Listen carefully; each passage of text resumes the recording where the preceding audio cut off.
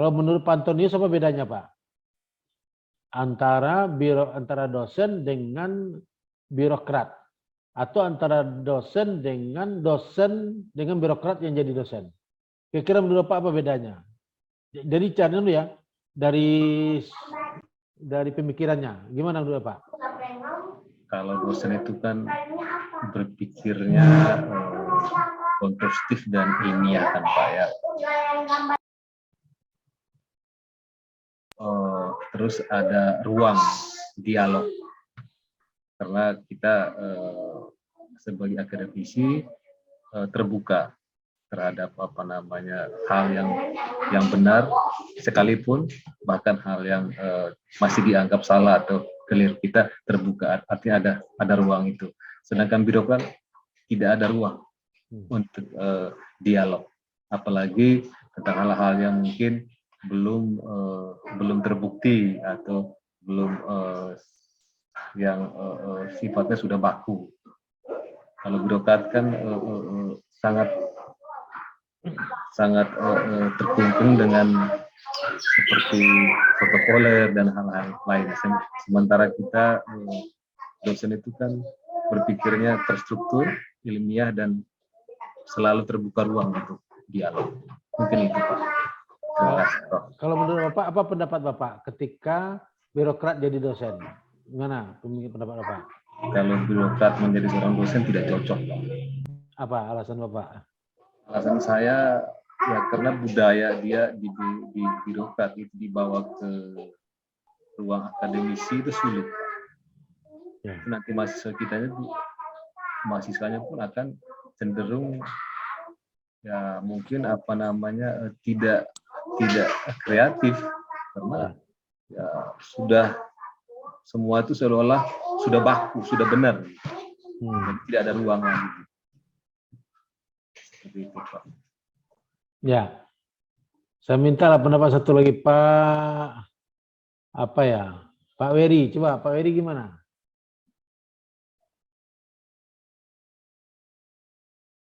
Baik Pak, izin memberikan tanggapan Pak. Kalau bagi saya seorang birokrat menjadi seorang dosen ya Pak. Kalau itu sebagai pandangan saya itu cocok juga gitu Pak.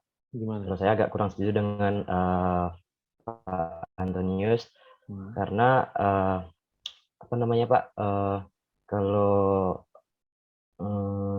seorang birokrat otomatis pastinya dalam berorganisasi ini tentu sudah tidak dipertanyakan lagi ya Pak apanya ya. Nah, sedangkan di dalam perkuliahan itu organisasi itu juga sangat diperlukan Pak. Artinya sebagai mahasiswa itu juga harus pandai berorganisasi karena di lingkungan kampus itu kalau kita kuliah itu tidak hanya menerima aja dari dosennya gitu Pak. Jadi kita harus bisa saling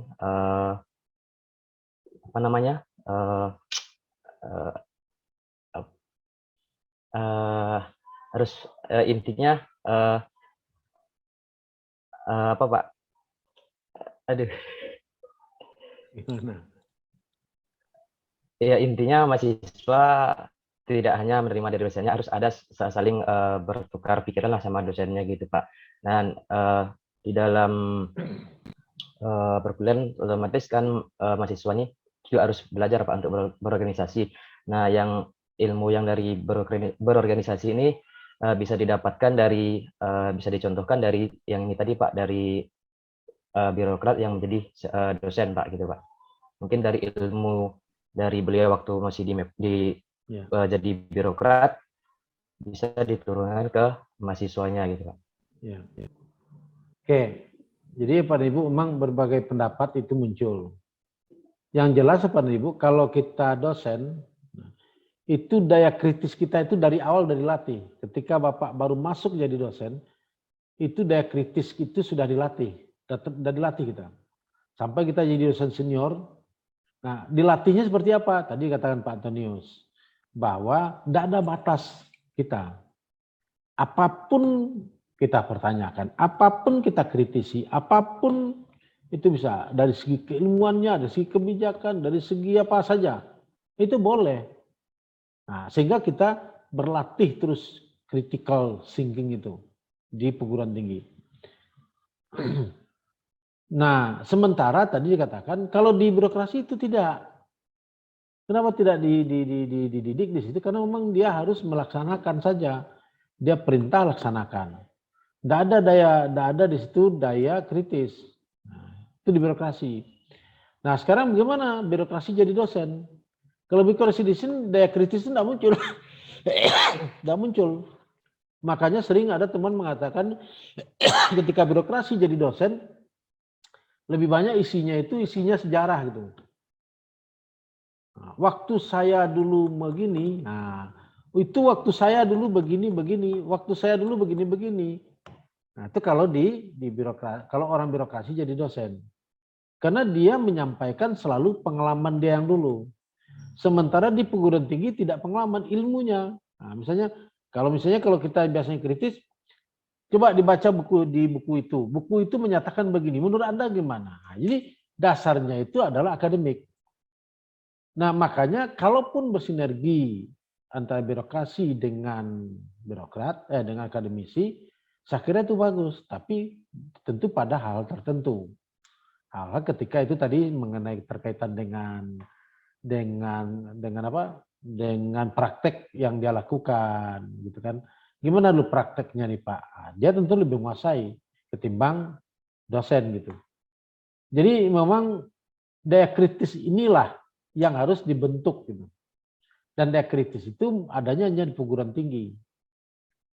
Ada perguruan tinggi karena di perguruan tinggi itu selalu berinteraksi antara sama dosen dan dengan dunia ilmu. Dunia ilmu itu perlukan critical thinking dan itu mahasiswa juga sudah punya daya kritis gitu. Ya, sekarang itu silakan Bapak Ibu Manu. Tapi kalau menurut saya gitu, bedanya birokrat dengan akademisi itu seperti itu. Dosen lebih diajarkan kepada critical thinking, kepada daya kritis, berpikir kritis, sementara birokrat lebih kepada kepatuhan terhadap kebijakan. Dan ini salah didik dari awal, sehingga sulit dia berpikir kritis. Tapi antara dosen dengan birokrat bisa bersinergi, kalau di sinerginya itu dalam itu hal-hal aplikasi, hal implementasi gitu ya. Oke, Bapak dan Ibu, berikut ini akan banyak lagi. Saya ingin sedikit menjelaskan lagi Bapak dan Ibu ya. Tadi dikatakan ada seni mengajar, ada ilmu mengajar di sini. Ya, ada seni di sini, ada ilmu di sini. Nah, apa ya? Ada seni dan ilmu. Jadi tadi saya katakan bahwa mengajar itu ada ilmunya. Nah, inilah ilmu mengajar itu yang Bapak Ibu ikuti sekarang di PKRT ini. Bagaimana membuat perencanaan. Kemudian perencanaan itu bagaimana yang bisa memang sampai ke tingkat analisis capaiannya. Tidak hanya sekedar menjelaskan, memahami, mahasiswa mampu menjelaskan. Tapi bagaimana kemudian diharapkan adalah pada tingkat kritis, pada tingkat menganalisis. Gitu. Kemudian berikut itu dari segi perencanaan, medianya harus relevan dengan materi yang diajarkan. Metodenya harus relevan dengan situasi dan kondisi, serta dengan mahasiswanya. Evaluasinya juga harus sesuai. Gitu. Jadi tidak bisa sembarang evaluasi. Metode media juga begitu, tidak bisa sembarangan. Lihat dulu karakteristik dari bidang studi kita atau dari segi mata kuliah kita. Apa karakteristiknya? Harus pelajari kita dulu. Walaupun misalnya, saya ini komputernya tentang aplikasi. Kita pelajari dulu, tidak bisa dengan ceramah. Bapak mengajarkan aplikasi bisa nggak dengan metode ceramah? Nggak bisa. Tentu harus praktek. Jadi antara mengajar itu ada ilmunya, ada seninya, ada ilmu tersendiri gitu. Nah ini yang Bapak Ibu anukan. Kemudian apa kita ceramah saja? Misalnya harus kita melibatkan mahasiswa. Gimana sesuatu supaya aktif?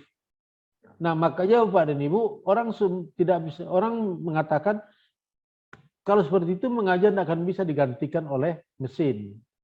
tidak bisa digantikan oleh robot. Nah, itu menurut pendapat Ali. Jadi, nah kemudian seni. Mengajar boleh saja memiliki struktur profesional yang jelas. Ada perencanaannya, ada tahapannya, pembukaan, pelaksanaan, penutup, atau pembukaan, membuka, inti, atau penutup. Itu ada tahapannya sebagai ilmu. Namun Pak dan Ibu, kalaupun kita sudah laksanakan tahapan-tahapan tadi, walaupun kita sudah profesional, nah itu sama saja Pak dan Ibu. Orang jual nasi, warung rumah makan lah. Rumah makan tuh Pak dan Ibu, ada rumah makan yang sudah profesional. Pelayanannya, oh bagus sekali.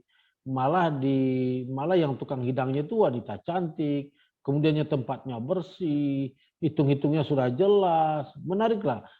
Suasananya kondusif, senang sekali. Nah, ada AC-nya, kemudian pelayanannya ramah. Udah profesional Pak, udah profesional. Tapi kenapa kok warung di pinggir jalan sana itu kok rame gitu? Lebih rame dari restoran yang ini. Padahal ngambil sambalnya pakai tangan aja kadang-kadang itu. Kalau yang tempat itu kan pakai sendok, pakai pegangan, pakai sarung tangan gitu kan. Tapi yang di pinggir jalan ini pakai tangan aja tuh ngambilnya.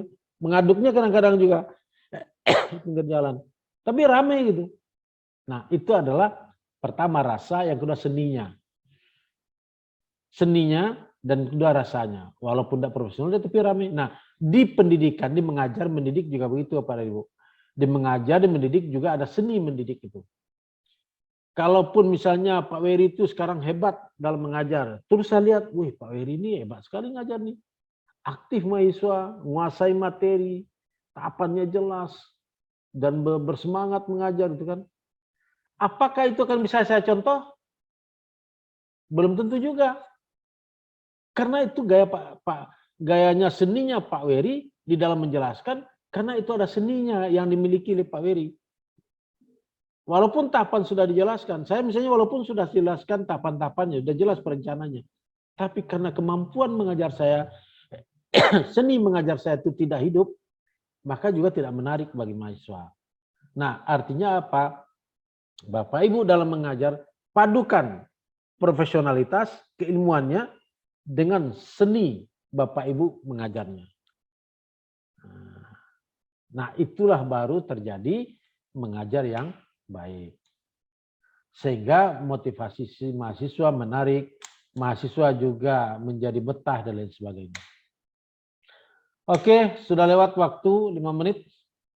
Saya kira selanjutnya silakan Bapak Ibu mendalami dan mudah-mudahan Bapak Ibu bisa menjadi bekal. Ini sebagai bekal untuk Bapak Ibu nanti mengajar. Itu sebagai bekal, teori apa saja belajar Bapak Ibu gunakan itu sangat tergantung kepada mahasiswa, materi, jenis materinya, konteks ilmunya, dan juga tergantung kepada kemampuan Bapak Ibu untuk mengimplementasikan. Terima kasih, banyak maaf jika ada kekhilafan, kesalahan, dan kalau ada yang kurang berkenan, saya dimaafkan. Wabillahi taufiq wal hidayah. Wassalamualaikum warahmatullahi wabarakatuh. Waalaikumsalam warahmatullahi wabarakatuh. Kemudian catatannya di dalam Makasih, e-learning itu ada tugas kepada Ibu. Itu tugasnya individu ya, bukan tugas kelompok. Walaupun dalam e-learning itu berbunyi kelompok gitu, tapi tugasnya individu. Jadi silakan Bapak Ibu jawab tugasnya itu. Jawabannya itu tidak hanya sekedar lisan, tidak hanya sekedar sederhana, tapi gunakanlah literatur untuk menjawabnya. Ya, gunakan literatur untuk menjawabnya. Teori yang sudah kita ajarkan tadi. Jadi tidak hanya menjawabnya secara sederhana, tapi jawablah menggunakan literatur sehingga rentangan nilai itu bisa saya isi gitu ya. Terima kasih. Wabillahi taufiq wal hidayah. Assalamualaikum warahmatullahi wabarakatuh. Waalaikumsalam warahmatullahi wabarakatuh. Terima kasih Pak. Semua sama-sama Bu, Bapak.